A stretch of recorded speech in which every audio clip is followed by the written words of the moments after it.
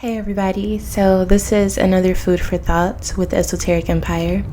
So today I want to talk about what's the next step after you choose to be spiritual. You're spiritual, congratulations, now what?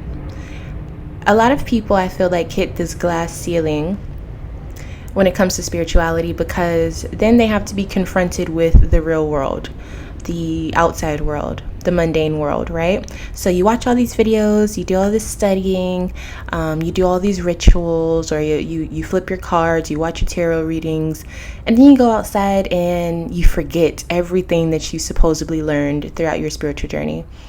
And this is a phenomenon that I think is very common, especially if you did grow up in the church or in a religious background. You go to church for that Sunday or maybe that Wednesday, and you go home and then that's it. It became like something you just do that's a part of your week for a lot of people, especially in the States. And so you do this one thing, and then that's your religious or that's your spiritual outlet, and then that's it.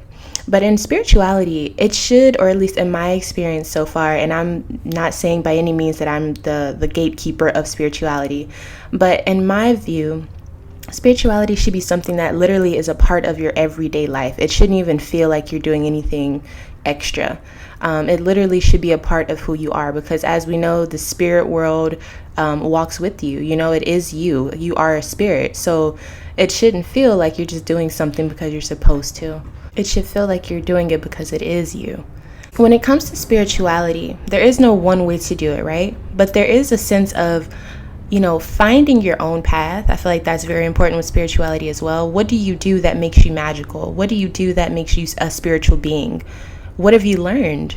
It isn't always about, rules and regulations, but what have you learned that you can literally implement into your realistic life? Because if there's one thing about true spirituality that I feel like any true spiritual person understands, the people that have actually put the time into it, or have been anointed with it. Once you are spiritual, or if you've been spiritual your whole life, once you dive into that, you realize the outside world is more so of a way for you to tangibly understand what is already happening in the spiritual world.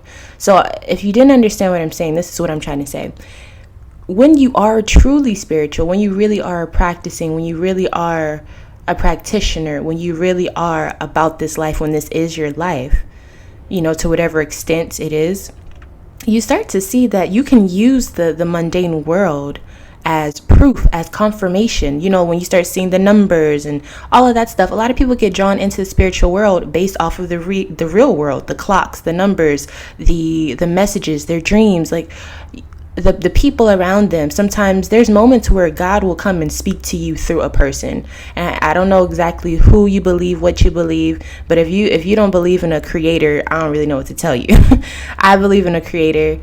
I feel like there's multiple dimensions of this creator, and I feel like it's so far from what we are as people, we can't even grasp it. You understand? But I'm saying there's certain elements of which this creator, or that wholeness of love, that wholeness of creation, sometimes it'll trickle down into people, or it'll trickle down into angels, it'll trickle down into certain spiritual entities that you can tap into. All of this is connected, and so if that's connected, why wouldn't the mundane world be connected? So what I'm trying to say is there's a lot of people I feel like that will kind of put this blockage in between spiritual living and mundane living, when really they coexist in the same thing. And a lot of ancient cultures understood that. A lot of ancient practices understood that. It wasn't, oh, we're being spiritual. It's we are being. This is what we're doing. We are doing work, especially with a lot of, like African-based religion. It is of the forces that you use spiritually are of this world, or were of this world, or it's a part of what we do with like roots, and you know what I'm saying, like the actual roots of this earth. That's a part of earth itself, for example.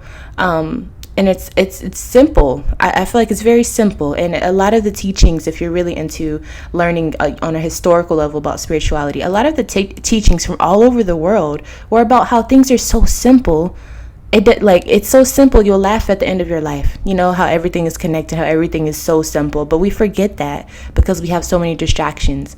And so it's a beautiful thing. I'm so glad that we're in this time to be able to experience all of these quote unquote distractions.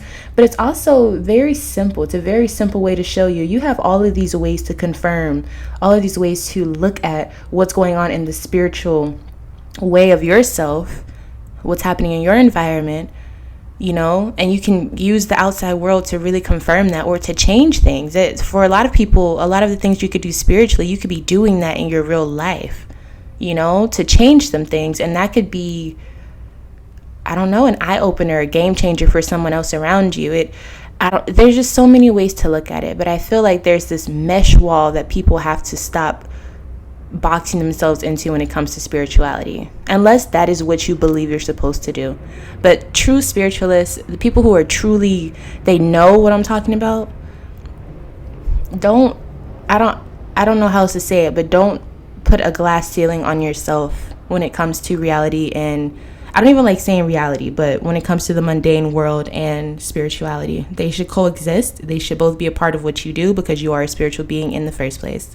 Now, whatever extent or degree that you choose to show other people is another thing. But what I'm saying is your practices, your beliefs that you learn when you're doing all this studying, the things that you understand about, the coincidences, maybe even conspiracies for some of you, it should still be there when you go outside. It shouldn't just leave away from your body. Otherwise, you're not truly absorbing it. You're just tapping in for a second and you're tapping out whenever you see how shit is real on the outside world.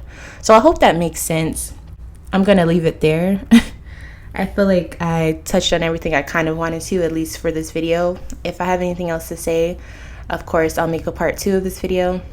If you have any questions about anything I was saying, or anything that you just want to know about when it comes to spirituality, please do not hesitate to comment me or email me, and maybe I'll make a video on it or just respond to you directly. But for now, that has been a food for thought with the Esoteric Empire, and I'll see you in the next one. Bye.